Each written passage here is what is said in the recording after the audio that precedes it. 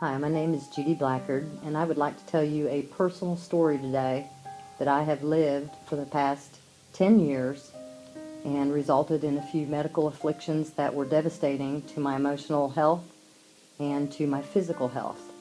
Nearly costing my life, I began a journey in 1998 to realize a building that I had leased had excessive dust and rodent infestation and mold. And those three things together nearly took my life in 2007. I was exposed to attic insulation in a building that I had leased as my business location.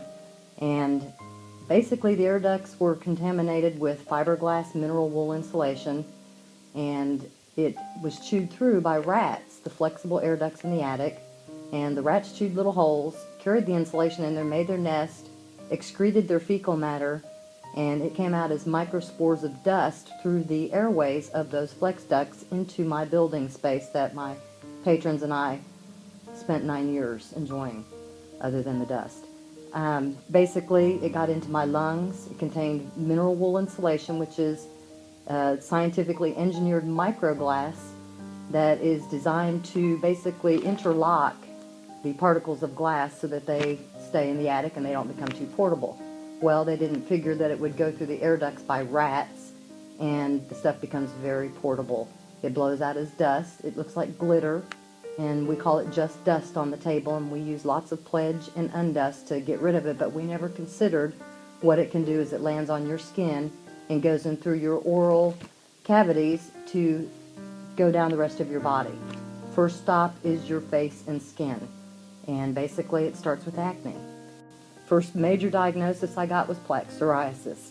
Plaque psoriasis affects a lot of people. Mine was very thick. It was causing my scalp to be very irritated, lots of sores, my hair was falling out. It's all over my skin. I look like a normal human being today, but I have to disguise myself and my illness if I go in public because too many people look, and I'm anything but normal. And this will show you what I'm left with after 9 years of a building that basically fiberglass dusted me. Every day microparticles were sent out through those air ducts with rat E. coli fecal matter, going into my mouth, my lungs, lodging on my eyes, in my eyes, on my lenses, on my lids, every facet of my exposed skin. It went down the front of my shirt. It gored both of my breasts. They turned blue and they bled for 4 years without diagnostics. My breasts are still bleeding. They're still seeping. I'm still sick. They're trying to take away my disability now and say, you're no longer disabled, you look fine. Well, I'm doing better than I was in 2007. I've survived death in the valley of the shadow of death, and I've discovered some great things along the way, mostly the truth, and the truth shall set us free, and that's all I can pray for everybody to know the truth that I have endured. The silicates landed all over my scalp. I've been shaving since 2008 to exfoliate the nanoparticles of glass, and they just fall off. Some of them are wires. We forensically identified it after 5 labs in Dallas, said there's nothing stuck to your skin, you're crazy, lady. And it broke my heart because I knew the forensic reports from Armstrong had revealed it was fiberglass. And so I knew I had fiberglass, I knew that. So I went on after 5 labs. Anyway, I found a lab. I had to sell my horse trailer, and I got $3,000 together, and my doctor agreed to biopsy my scalp. That was Dr. Eric Weisberg, who had refused and told me in his first analysis in 2007 that he can't help me get this stuff off. What's that mean? Well, I learned later that it meant that I had a head full of glass. After we sent the biopsy from Dr. Weisberg and kept the medical chain of custody intact so I could go and litigate this if it revealed something horrible, Camere Analytical Services of Maryland Heights, Missouri took my case on, took the forensic analysis of my biopsies that all the other labs said, you don't have anything, lady. You're crazy. Well, we identified it. Took 8 weeks to forensically ash sample, spectroscopy, and dissect these samples. Well, the Camere report was produced from this. The Camere report revealed that I have 4 different types of silicates stuck to my skin. Silicates are glass. Silicates are sand. If you look at Destin, Florida, and that white sugar sand, that's what they're using. They're using it in insulation products, and it's abundant.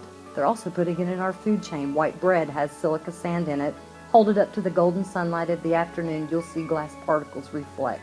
Be careful what you eat, people. That's why they say go whole grains, go green, go organic, for God's sake. Eat your food. We use silica as a filler in the food chain, so we're eating glass. We're getting dusted with glass, and the story just continues for the damages and repercussion of the disabled, the mentally disturbed from the diseases and ailments this produces. I was disabled on a mental diagnosis of mood disorder called depression.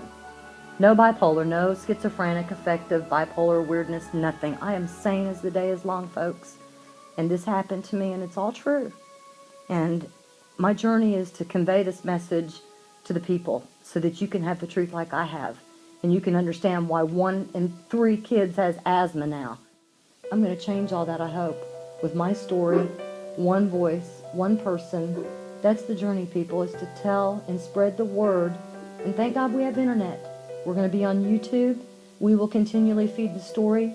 We're producing a documentary called Hyperverbal, which explains the mental illnesses that can come from the distribution of fiberglass onto the human skin and ingestion of it by our food chain. It is devastating. If you think that that gun shooting at that school was bad, folks, when you hear this story, how many people are dying in the war on cancer? This is the war on cancer. This is cancer, folks. And no, they keep telling me you don't have cancer, but my body's deteriorating. I bleed. I can't breathe sometimes. I stay home every day. I don't socialize. But I have a journey to finish that God chose me to do, and that was the conveyance of my story. And God, as my witness, has given me the courage, the wisdom, and the power, hopefully, to take this public. And with you as my army in reserve, the American people, we can make a difference.